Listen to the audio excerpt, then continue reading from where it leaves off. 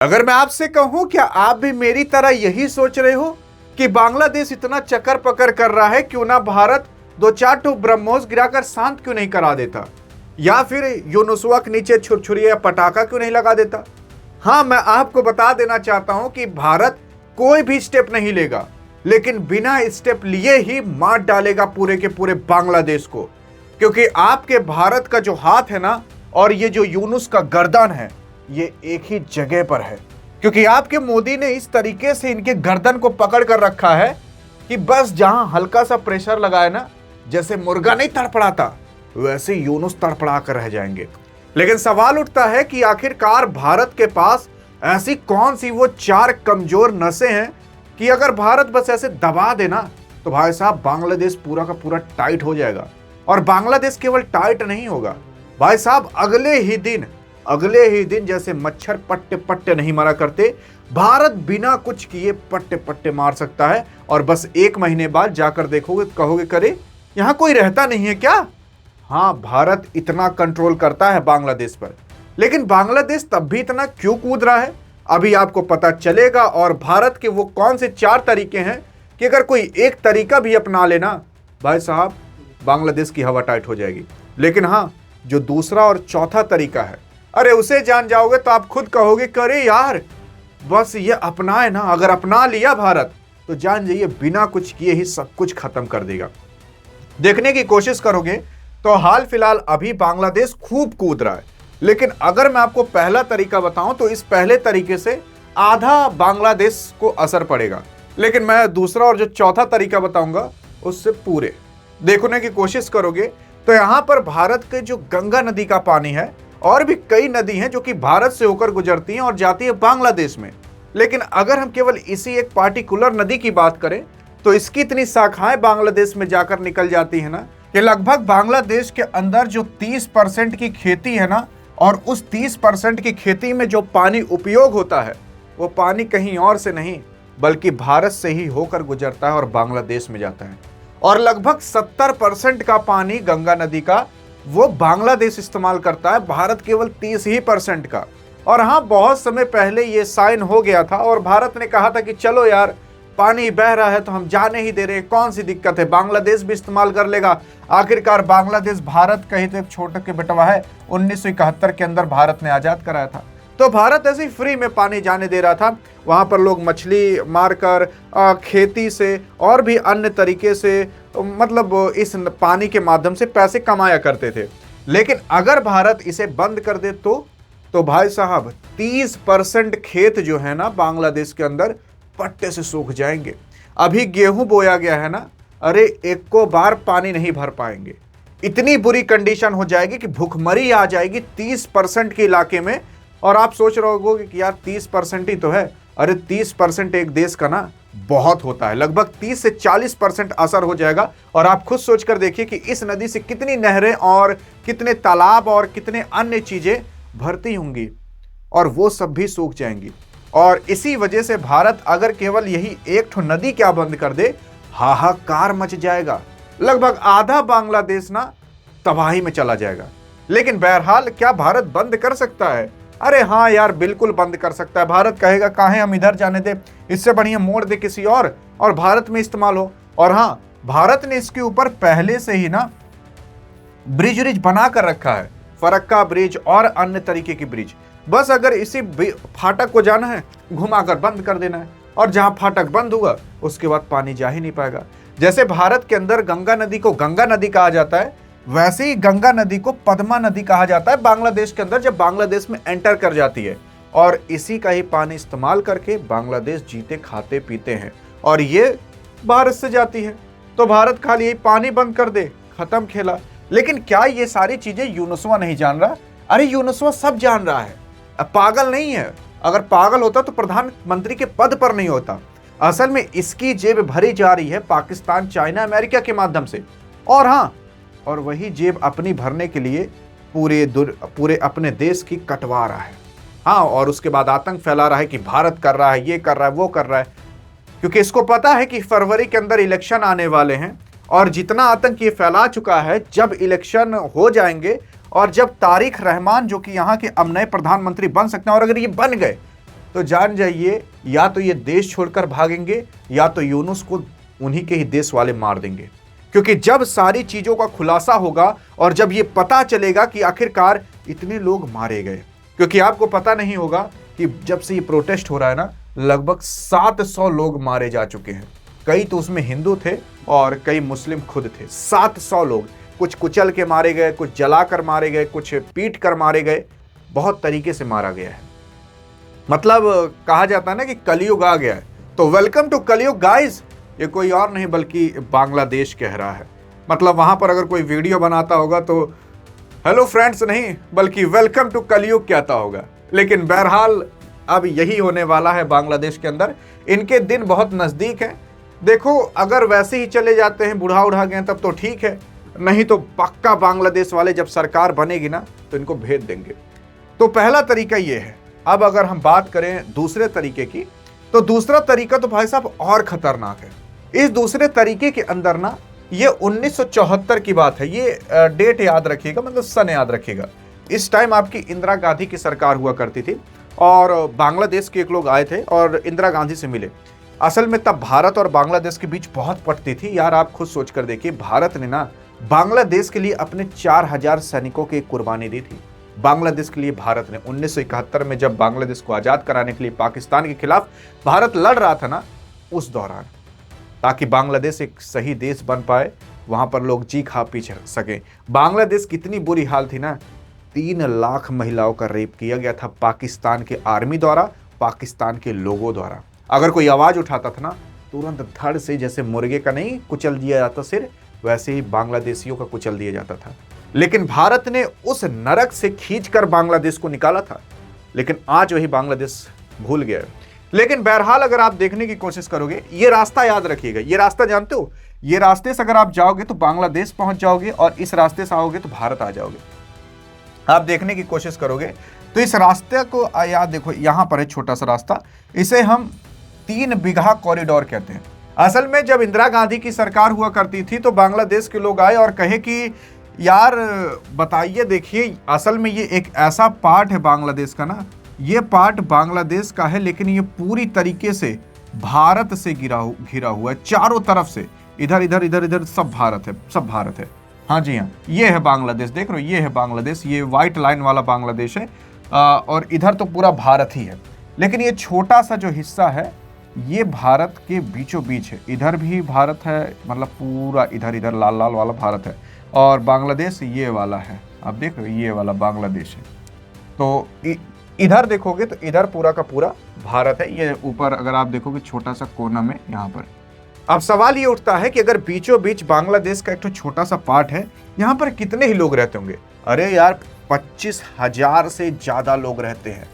25,000 से ज्यादा लोग, आप विश्वास नहीं करोगे। और भारत कहे दे कि ये जो 3 बीघा का कॉरिडोर हम आपको दिए हैं ना, अब ये बंद करते हैं। भाई साहब 25,000 लोग ना जैसे इसी के अंदर कैद होकर रह जाएंगे, बाहर ही नहीं निकल पाएंगे। हाँ जी हाँ, और जान जी 25,000 लोग तड़फड़ा कर वहीं रह जाएंगे।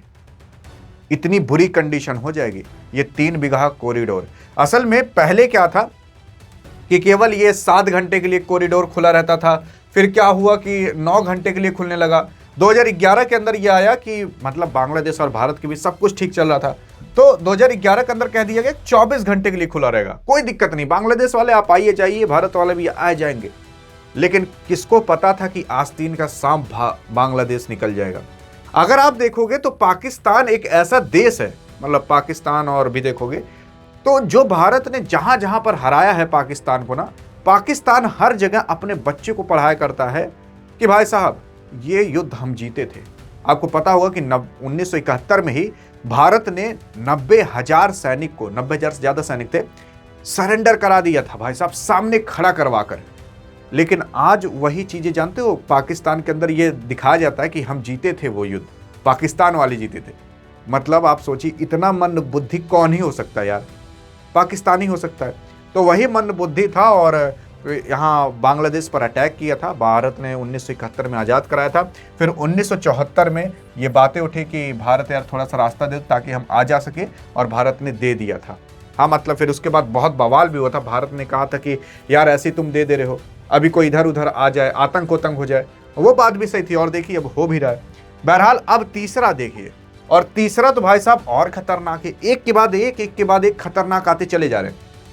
देखने की कोशिश करोगे तो भारत केवल यही सारी चीजें नहीं देता है। भारत कृषि उत्पाद में जैसे कपास, जो कपड़ा वपड़ा में इस्तेमाल होता है, गेहूं, चावल, मक्का, प्याज, आलू, मसाला, मिर्च, हल्दी, जीरा, ये सारी चीजें ना भारत ही सब कुछ देता है बांग्लादेश को, भारत ही। फिर सुनिए तो सही, पेट्रोलियम और जो रसायन यानी केमिकल होता है ना, वो सारी चीजें भी भारत देता है।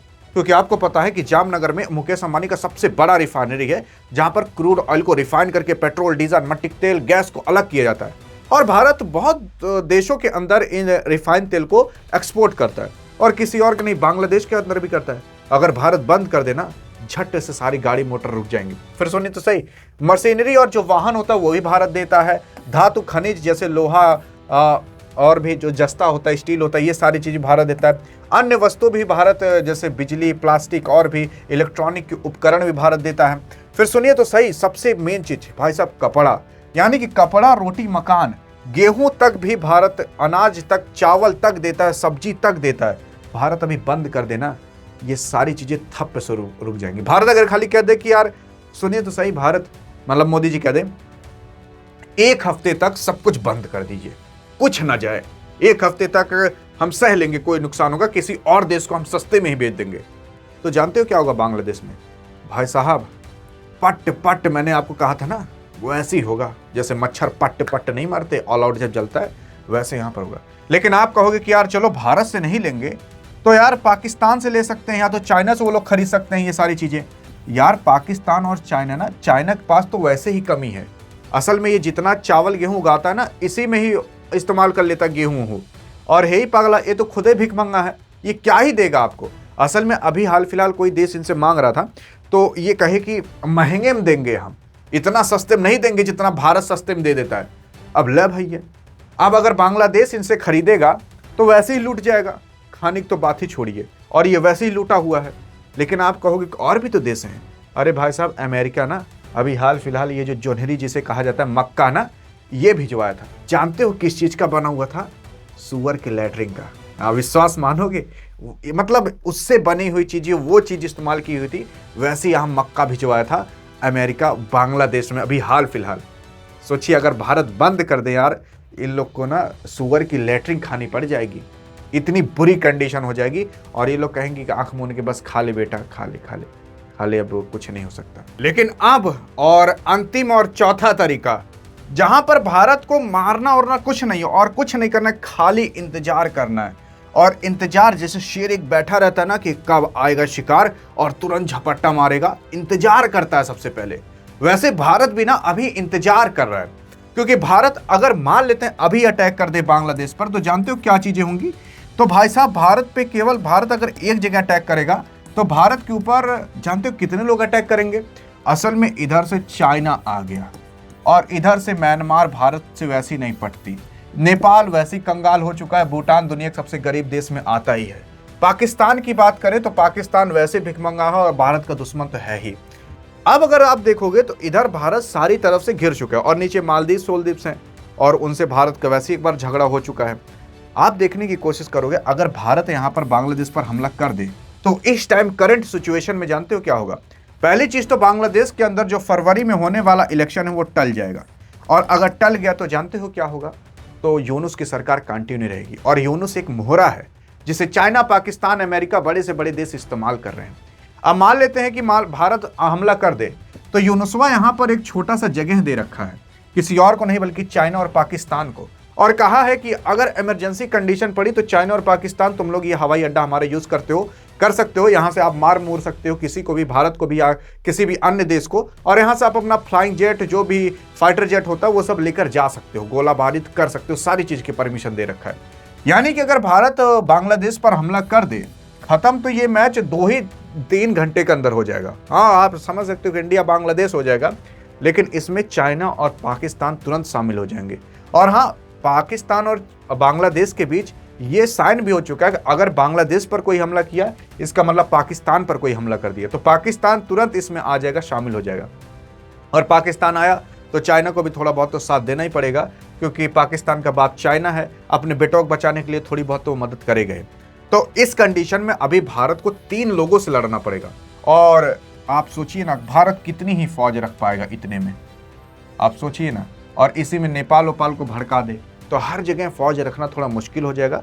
मुश्किल क्या, रख सकता है, लेकिन बहरहाल आप ये भी देखने की कोशिश करिए, भारत का बहुत नुकसान हो जाएगा। हाँ, ये मैच और ये मुकाबला भारत जीत जाएगा, लेकिन नुकसान भारत का बहुत होगा। भारत जो कुछ समय में 10 साल आगे जाने वाला था, वो कुछ ही दिन के अंदर 10 साल पीछे चला जाएगा। और इस वजह से भारत युद्ध नहीं चाहता, भारत केवल शांति चाहता है। अरे मतलब युद्ध वाली शांति। लेकिन आप देखने की कोशिश करोगे, अगर भारत इंतजार करता है तो क्या होगा। तो आपको पता होना चाहिए कि ईरान के अंदर अभी बहुत बड़ा प्रोटेस्ट चल रहा है, और प्रोटेस्ट उसी देश के अंदर चल रहा है क्योंकि ईरान की करेंसी गिर रही है और ईरान खुद कंगाल हो जा रहा है। वहाँ की सरकार, वहाँ के लीडर के द्वारा मतलब खिलाफ बहुत प्रोटेस्ट हो रहा है, और ईरान के अंदर भाई साहब बहुत दिक्कत आ गई है। अब ईरान से इन सब का क्या लेना देना। देखो, असल में हाल फिलहाल कहा जा रहा है कि जब ये खत्म हो जाएंगे और ये अपना न्यूक्लियर जो वेपन बना रहे हैं उसे नहीं रोकेंगे, तो इनके ऊपर वापस से अटैक होगा और उसके बदले में ये जवाबी हमला जरूर करेंगे। तो ये 2026 शुरू हुआ है, लेकिन 2026 के 6 महीने में क्या क्या हो जाएगा आप यकीन भी नहीं कर पाओगे। मान लेते हैं अगर इजराइल और ईरान में वापस अटैक हो जाए, तो जानते हो भारत का एक नुकसान होगा कि यहाँ पर जो चाबहार पोर्ट बना रहा है वो बस खतरे में चला जाएगा। लेकिन बहरहाल आप देखने की कोशिश करोगे, ईरान के पास क्रूड ऑयल बहुत है, लेकिन कहीं बेच नहीं सकता क्योंकि अमेरिका ने इस पर सैंक्शन लगा कर रखा है। अब मान लेते हैं अगर युद्ध हो जाता है तो अमेरिका क्या कहेगा कि पाकिस्तान अपनी थोड़ी सी टुकड़ी यहाँ सऊदी अरब में भेज दो, ताकि अगर लड़ाई उड़ाई हो जाए तो यहाँ पर भी रहे। पाकिस्तान का वैसे ही झगड़ा अफगानिस्तान से चल रहा है, पाकिस्तान का वैसे ही झगड़ा भारत से चल रहा है, और अगर भारत बांग्लादेश पर उस टाइम हमला कर दे कुछ समय बाद, तो क्या होगा जानते हो। तो इधर पाकिस्तान को इधर भी अपनी टुकड़ी भेजनी पड़ेगी, और उतनी आर्मी और उतनी सेना ही नहीं है कि ये कंट्रोल कर पाए। और हाँ, पाकिस्तान का जो आर्मी का चीफ है आसिम मुनीर, भाई साहब वो कब मर जाए उसको खुद नहीं पता। अभी वो ना बुलेट प्रूफ की जैकेट जो होती है वो लगा के सोता है, लैटरिंग वोटरिंग करने जाता है, बुलेट प्रूफ की जैकेट पहन जाता है। कहाँ से गोली आ जाए उसको खुद नहीं पता, क्योंकि उसे पता है कि उसके सारे पोल खुल चुके हैं। बस कुछ दिन में अगर इधर कहीं भी हमला हुआ तो फिर पाकिस्तान पूरी तरीके से खत्म हो जाएगा। और हाँ, बांग्लादेश को जबरन भारत के साथ आना पड़ेगा, और इलेक्शन हुए तो बांग्लादेश तुरंत भारत के साथ जानो, मतलब आप समझ नहीं पाओगे कि 10 दिन में कैसे माहौल शांत हो जाएगा इलेक्शन के बाद। और ये लोग चाहते नहीं कि इलेक्शन हो, और भारत को केवल इंतजार करना है। इधर कहीं भी हल्की सी भी दिक्कत हुई तो पाकिस्तान लपेट उठेगा, और पाकिस्तान जहां शांत, बांग्लादेश शांत। मतलब भारत को कुछ करने की जरूरत नहीं है, भारत ऑटोमेटिक खत्म कर सकता है। क्या लगता है कि भारत को बंदूक उठानी चाहिए कि कलम उठानी चाहिए, या दिमाग लगा कर मारना चाहिए? बताइएगा जरूर। अधिक जानकारी चाहिए तो इस वीडियो में मिलते हैं, तब तक के लिए जय हिंद जय भारत।